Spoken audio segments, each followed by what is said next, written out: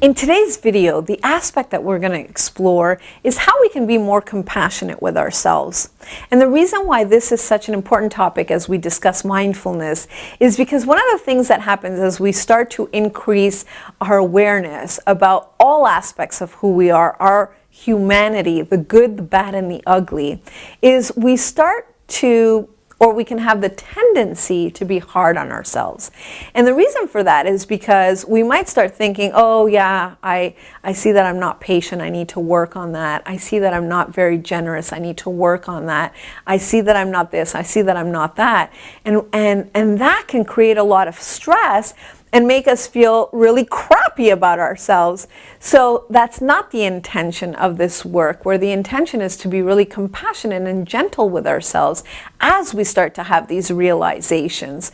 So the tip here, I thought I would share with you 3 tips that were shared with me by my teachers so that you can develop compassion for yourself. So the first one is acknowledging that inside of each of us is our inner child and that we would never be cruel to our inner child. So one tip, and I do this with my phone, on my screensaver, is a picture of my 5-year-old self. And sometimes what I do is also switch around the pictures, because after you've seen the picture for a while, it doesn't leave that same impression. But since I'm tied to my phone and I look at my phone so often in the day, my screensaver is a picture of my young self. And when I look at that picture of my young self, the anchor for me is to remind myself that there's a 5-year-old in there, an innocent child, and to be kind to her. Because sometimes it's really hard, it's easy to be hard on the adult, right? But who would be tough on a child? It's much harder to be tough on a child and to be mean to a child in that way, like you should be this, you should be that, you should be more patient, you should be more generous. So that's one tip. Another tip is see if you can just be with yourself in the mirror. How does that feel to you? Because sometimes I think when we can just look at ourselves in the mirror and just sort of accept that reflection that represents all aspects of who we are, and see what comes up. See if there's a discomfort there, and just acknowledging whatever comes up for you. No good or bad, it just is.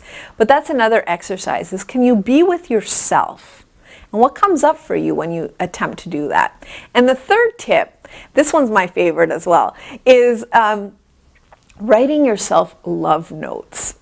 Writing yourself love notes and hiding them, because you might forget. If you leave them in drawers or you leave them in different parts of your house, you might then find this love note to yourself, and just giving yourself that additional encouragement, because we spend so much time doing that for other people, we don't do that for ourselves. And sometimes when we get involved in this work, we always feel, or we're reinforcing within ourselves the parts of ourselves that we feel are not good enough. So rather than enforcing the not good enough, we're going to practice on the compassionate. So those are some tips, but maybe you have some more. And if you do, I want to hear about that. What do you do to practice compassion towards yourself? Share those with me.